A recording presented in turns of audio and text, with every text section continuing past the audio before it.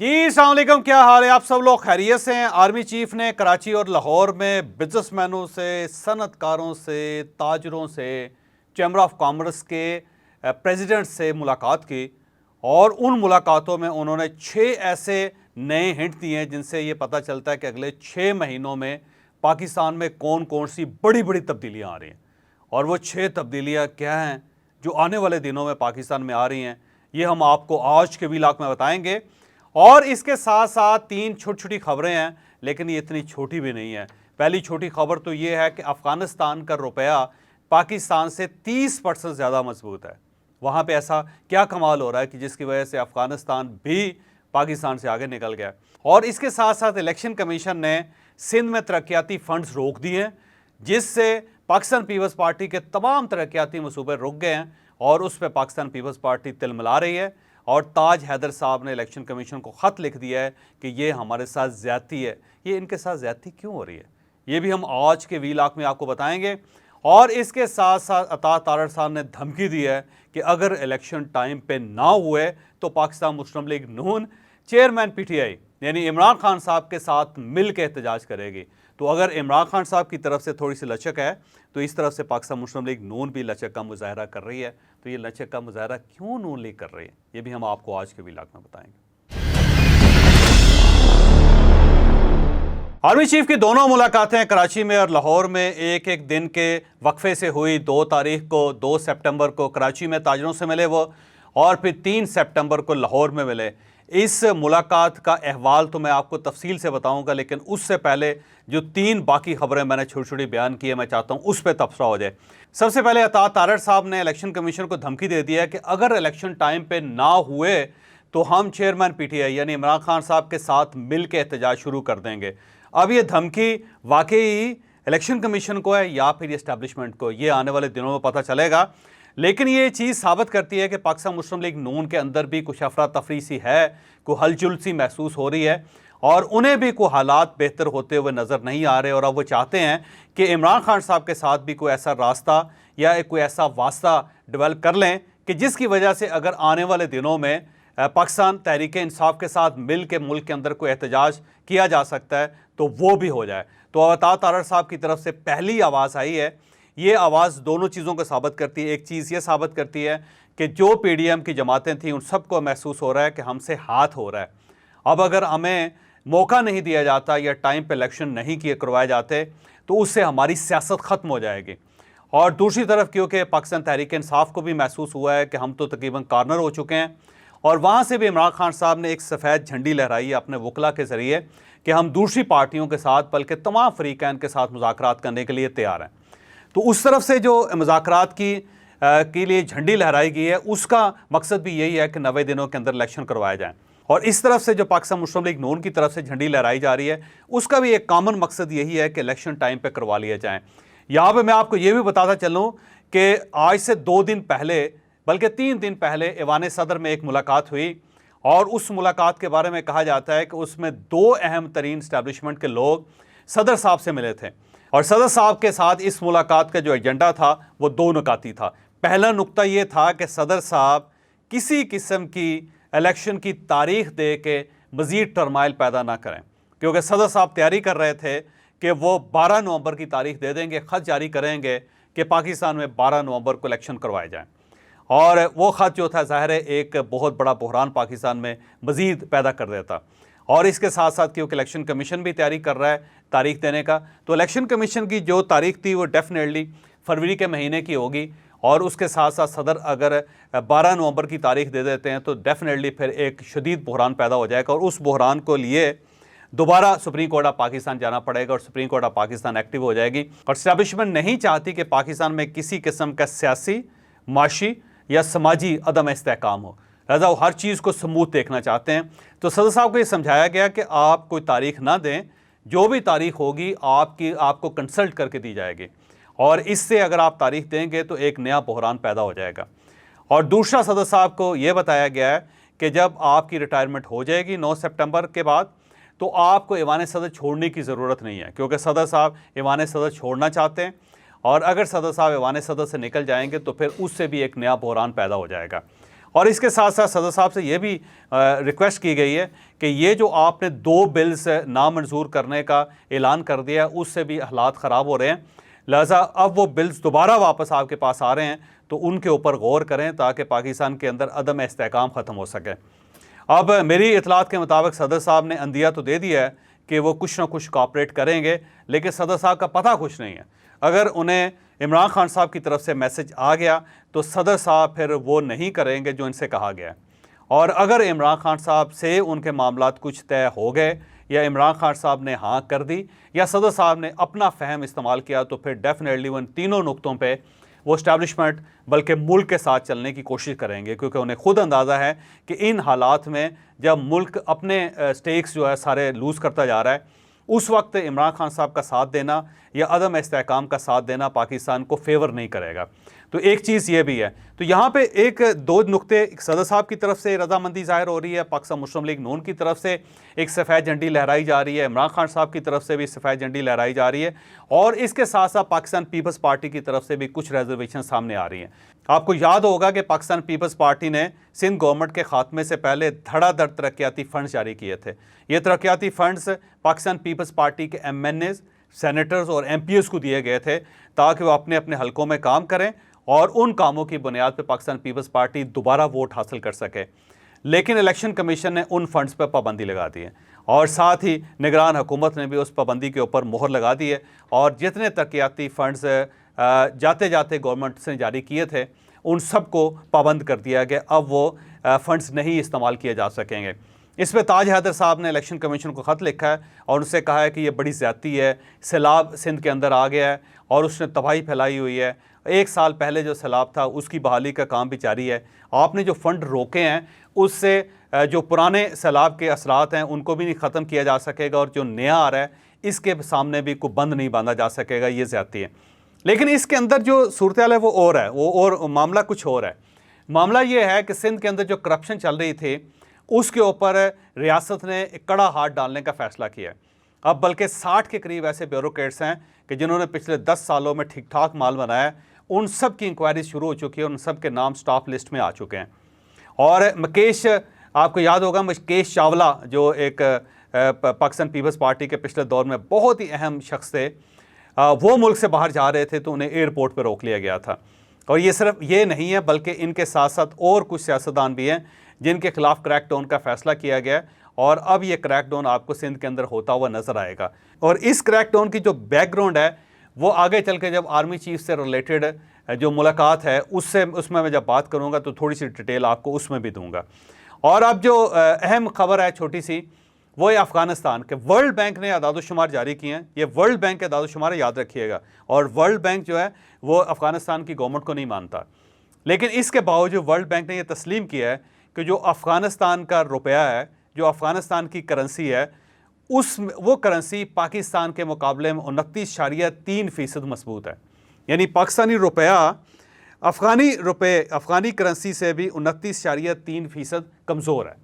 और इसके साथ साथ वर्ल्ड बैंक ने यह भी डिक्लेयर किया है कि अफ़गानिस्तान के अंदर जो महंगाई है वो 12% कम हुई है, और पाकिस्तान में जो महंगाई है वो 12% मज़ीद आगे बढ़ गई।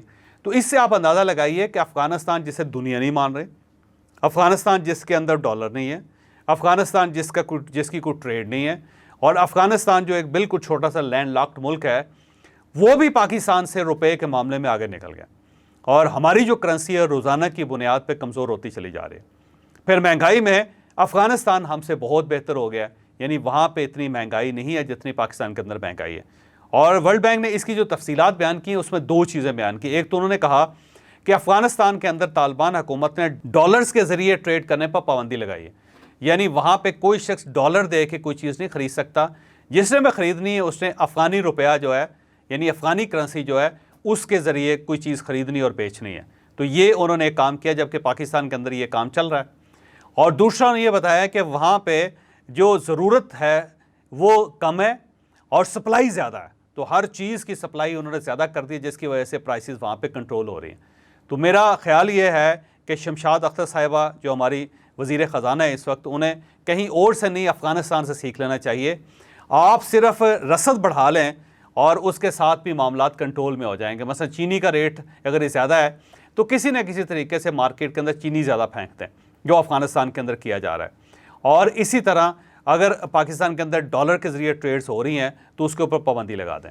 और थर्डली ये है कि किसी न किसी तरीके से रुपया मजबूत करें और अफ़गानिस्तान से कुछ सीख लें। उससे अगर पाकिस्तानी रुपया मजबूत हो जाएगा तो फिर भी पाकिस्तान के अंदर इस्तेहकाम आ जाएगा। और अब हम आते हैं आर्मी चीफ की कराची और लाहौर में बिजनेसमैनों के साथ मुलाकात की तरफ। आर्मी चीफ ने 2 सितंबर को कराची के अंदर 50 बिजनेसमैनों से मुलाकातें की। उनमें चोटी के बिजनेसमैन भी शामिल थे, जिसमें आरफ हबीब साहब थे, जिसमें ज़ुबैर मोतीवाला साहब थे, जिसमें हुसैन दाऊद साहब शामिल थे, जिसमें अकील करीम डैडी साहब शामिल थे, जिसमें सुल्तान अली अलाना थे, और इसके साथ साथ आबाद के चेयरमैन थे, फिर चैम्बर ऑफ कॉमर्स के चेयरमैन थे, फिर फेडरल चैम्बर ऑफ कॉमर्स के चेयरमैन थे, फिर बड़े ताजर थे, फिर बड़े इंपोर्टर थे, फिर बड़े एक्सपोर्टर थे। ये बड़ी ज़बरदस्त किस्म की मीटिंग हुई और ये मीटिंग तकरीबन 5 बजे स्टार्ट हुई थी और 9:30 बजे तक ये चलती रही, यानी 4.5 घंटे ये रही। और ये कोर कमांडर हेडक्वार्टर जो है जो शारा फैसल पे है, वहाँ पे ये मीटिंग हुई थी और 50 बिजनेसमैन उसमें शरीक हुए थे। उसमें बिजनेसमैनों ने खुल के बात की, यानी हर शख्स ने सवाल किया और हर शख्स के सवाल का जवाब आया। जो बड़ी तवील मीटिंग थी, वो मीटिंग में कुछ चीज़ें मैं आपके सामने रखूंगा, लेकिन उसके बाद अगले दिन यानी 3 सितंबर को लाहौर के अंदर भी ये मीटिंग हुई और लाहौर में भी 50 बिजनेसमैन शामिल थे। लेकिन इनके साथ साथ पंजाब हुकूमत की जो निगरान हुकूमत है उसकी सारी कैबिनेट शामिल थी, उसमें चीफ मिनिस्टर साहब शामिल थे और इसके साथ जो सीनियर ब्यूरोक्रेट्स है वो भी शामिल थे। और इन दोनों मुलाकातों में जो एजेंडा था वो कॉमन था और पहला एजेंडा ये था कि लोगों को यानी बिजनेसमैनों को ये एतमाद दिलाया जाए कि पाकिस्तान को मेल्ट डाउन नहीं हो रहा, पाकिस्तान एक बड़ा मुल्क है, इसको अल्लाह का रहम है, करम है, इसको कुछ नहीं होगा। और दूसरा ये है कि हम बिज़नेस को पाकिस्तान के अंदर सरमायाकारी को डेवलप करना चाहते हैं। और तीसरा ये है कि जो बिजनेसमैनों की रिजर्वेशंस हैं उनको सॉल्व किया जा सके। तो दोनों जगहों पे बिजनेसमैनों ने करप्शन का जिक्र किया। तो आर्मी चीफ ने कहा कि करप्शन के ऊपर हम अगले 6 माह के अंदर ठीक ठाक क्रैकडाउन कर रहे हैं। उसमें जिन जिन लोगों ने माल लूटा है उन सब से माल निकलवाया भी जाएगा और जहाँ जहाँ गड़बड़ हुई है उन सब का हिसाब भी होगा। तो 6 माह के अंदर अंदर जो है ये ज़हन में रखिएगा कि करप्शन करने वाले लोगों को अब नहीं छोड़ा जाएगा। मेरी ज़ाती इंफॉर्मेशन ये है कि कराची से स्टार्ट हो रहा है, कराची में एक करप्शन के ख़िलाफ़ एक ऑपरेशन क्लीन अप हो रहा है और वहाँ पे जिस जिस शख्स ने भी माल खाया है उन सब से निकाला जाएगा। और आने वाले दिनों में आप देखिएगा कि पाकिस्तान पीपल्स पार्टी ठीक ठाक आपको प्रोटेस्ट करती हुई नज़र आएगी, क्योंकि जिन लोगों के ऊपर हाथ डाला जा रहा है उनके कहीं ना कहीं जाके पाकिस्तान पीपल्स पार्टी की लीडरशिप के साथ मामलात चलते हुए नज़र आते हैं। तो कोई ना कोई लिंक्स हैं। तो अनकरीब पाकिस्तान पीपल्स पार्टी मेरा ख्याल है इलेक्शन कमीशन को सामने रख के रिवोल्ट करती हुई नज़र आएगी, क्योंकि कराची के अंदर एक टफ सब ज़बरदस्त किस्म का हाथ पड़ने वाला है। इसके साथ साथ ये बताया गया कि पाकिस्तान के अंदर SIFC जो है उसके तहत सऊदी अरेबिया $25 बिलियन की इन्वेस्टमेंट कर रहा है। चीन और UAE और कतर ने भी इन्वेस्टमेंट का वादा किया, लेकिन उन्होंने कोई फिगर नहीं दी। और ये जो पैसे हैं $25 बिलियन जो सऊदी अरब की तरफ से है, वो सबसे पहले स्टेट बैंक का पाकिस्तान में आएगा और वहाँ पे उसको पार किया जाएगा।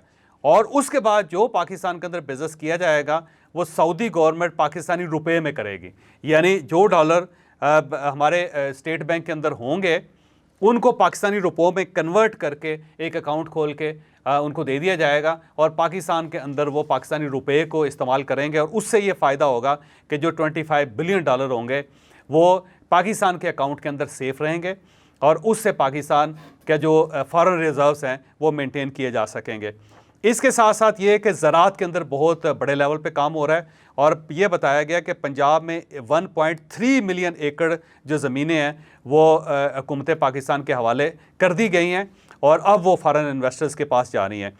सिंध के अंदर 6 लाख एकड़ ज़मीन जो है वो हासिल कर ली गई है और अब ये दोनों ज़मीनें जो हैं वो पाक फ़ौज के पास हैं और पाक फ़ौज इसे फॉरेन कंपनीज़ के हवाले कर रही है और फिर लोकल जो ग्रोअर्स हैं उन सबको भी इसमें शामिल किया जा रहा है। लिहाजा पाकिस्तान में आने वाले दिनों में एक एग्रीकल्चर रेवोल्यूशन आ रहा है और यहाँ से प्रोडक्ट तैयार करके एग्रीकल्चर की बाहर एक्सपोर्ट की जाएंगी, जिसमें कतर को भेजा जाएगा, UAE भेजी जाएगी और सऊदी अरेबिया भेजी जाएगी। तो ये तीनों जो अमीर मुल्क हैं उनके लिए पाकिस्तान एक फूड बास्केट होगी आने वाले दिनों में। फिर ये बताया गया कि माइनिंग के अंदर बहुत बड़ी इन्वेस्टमेंट हो रही है पाकिस्तान में, और आने वाले दिनों में आप देखेंगे कि जो रुकावटें माइनिंग के रास्ते में थी वो सारी ख़त्म हो जाएंगी और पाकिस्तान के अंदर ठीक ठाक सरमायाकार आएंगे। इसके साथ साथ ये भी बताया गया कि डिफेंस प्रोडक्शन में भी पाकिस्तान एक्सेल कर रहा है, और डिफेंस से रिलेटेड जो इक्विपमेंट है, जो वेपन्स हैं, वो भी बहुत बड़ी लेवल पे आलमी मंडी में रखे जाएंगे, दिए जाएंगे। फिर ये भी बताया गया कि आईटी में पाकिस्तान बड़ी जल्दी एक्सेल करेगा और उसके लिए बाकायदा मैकेनिज्म बन गया, और क्योंकि कराची के अंदर जो बिजनेसमैन शामिल थे उसमें आईटी की कंपनीज़ के भी कुछ लोग शामिल थे, उनको भी एड्रेस किया गया। फिर ये भी बताया गया कि डॉलर जो है उसको फौरी तौर पर कंट्रोल किया जा रहा है। अब जो लोग पाकिस्तान से डॉलर बाहर भिजवा रहे हैं या बाहर लेके जा रहे हैं, उन सब के खिलाफ क्रैकडाउन होने वाला है। और साथ साथ ये बताया गया मनी चेंजर्स जो हैं उन सब की स्क्रूटनी हो रही है, और जो मनी चेंजर गड़बड़ कर रहा है उसको पहले समझाया जाएगा, और अगर वो नहीं समझता तो फिर उसके खिलाफ कानूनी कार्रवाई की जाएगी। और फिर ये भी बताया गया कि डॉलर को रोकने के लिए ये जो अफ़गानिस्तान और ईरान के बॉर्डर्स हैं वहाँ पे भी ठीक ठाक किस्म का क्रैकडाउन किया जा रहा है कि जहाँ यहाँ से डॉलर्स बाहर नहीं जा सकेंगे। फिर अफ़गानिस्तान से जो प्रोडक्ट पाकिस्तान आती हैं इलीगली स्मगल होके, या ईरान से जो चीज़ें इलीगली, या पेट्रोल है, डीज़ल है, या कोई और चीज़ है, वो पाकिस्तान इलीगली इंपोर्ट होती है या उसको लाया जाता है, स्मगल किया जाता है, तो वहाँ पे भी ठीक ठाक क्रैकडाउन हो रहा है। अब अफ़गानिस्तान और ईरान से कोई चीज़ पाकिस्तान स्मगल नहीं की जा सकेगी, क्योंकि वहाँ पे बाकायदा एक अरेंजमेंट किया जा रहा है। इसके साथ साथ लोगों को ये मशवरा दिया जाएगा कि आप डॉलर बिला वजह ना ख़रीदें, क्योंकि अगर बिला वजह आप डॉलर ख़रीदेंगे और उसे आप सिस्टम से बाहर रखेंगे तो फिर आपके ख़िलाफ़ भी कार्रवाई हो सकती है। और आने वाले दिनों में वो लोग जो यहाँ से डॉलर बाहर लेके जाते हैं उन सब का डेटा तैयार किया जा रहा है और उन सब के ख़िलाफ़ ठीक ठाक कार्रवाई हो जाएगी। फिर ये भी बताया गया कि पाकिस्तान के अंदर जो 6 यूनिट्स हैं, वो PIA हो, वो स्टील मिल हो, या इस तरह के और इदारे हों जो हर साल 1000 अरब रुपए पाकिस्तान का खा जाते हैं, उन सब को आने वाले दिनों में फ़रोख्त कर दिया जाएगा। तो अगले 2-4 माह में आलमी बिडिंग करवा के इन सब इदारों को पार कर दिया जाएगा, इनसे जान छुड़ा ली जाएगी, जिससे पाकिस्तान के अंदर जो एक माशी बहरान पैदा हो रहा है उसको कंट्रोल किया जा सकेगा। फिर जो इंफ्रास्ट्रक्चर के अंदर जो खामियाँ हैं, जो स्ट्रक्चर के अंदर, ब्यूरोक्रेटिक स्ट्रक्चर के अंदर खामियाँ हैं, उसको भी अनकरीब सॉल्व किया जा रहा है। और ये सारे जो काम है, ये बताया गया है ताजरों को कि इलेक्शन से पहले हो जाएंगे, क्योंकि अगर इलेक्शन हो गए और ये सारे काम अधूरे रह गए तो नई जो गवर्नमेंट होगी शायद उसके बस की बातें नहीं होंगी, क्योंकि उन सब ने वोट्स लेने होंगे और उसके लिए वो कंप्रोमाइज़ करेंगे। तो फैसला ये किया गया है कि इलेक्शन से पहले ये सारे काम हो जाएंगे, लिहाजा आने वाले दिनों में बड़ी स्पीड के साथ आपको ये काम होता हुआ नज़र आएगा। और ये भी बताया गया कि पाकिस्तान का सीमेंट बड़ा ज़बरदस्त है, आलमी मार्केट में इसकी बहुत मांग है, तो इसको एक्सपोर्ट करने के लिए मज़ीद इंसेंटिव दिए जाएंगे। तो वो बिज़नेसमैनों से जब मैंने पूछा कि मीटिंग कैसी हुई, तो आप ये जानकर हैरान होंगे कि हर बिज़नेसमैन का ये कहना था कि हम मुद्दत से चाह रहे थे कि यही कुछ हमें बताया जाए, और हम मुद्दत से ये भी चाह रहे थे कि इन तमाम कामों पे काम भी हो जाए, इन तमाम वादों को पूरा भी किया जाए। और हमें यकीन है कि जनरल आसिम मनीर साहब इन कामों पे ज़रूर अमल करेंगे, और अगर इन पे अमल हो गया तो पाकिस्तान अगले 5 साल में ठीक ठाक कामयाब और तरक्की याफ्ता मुल्क होगा।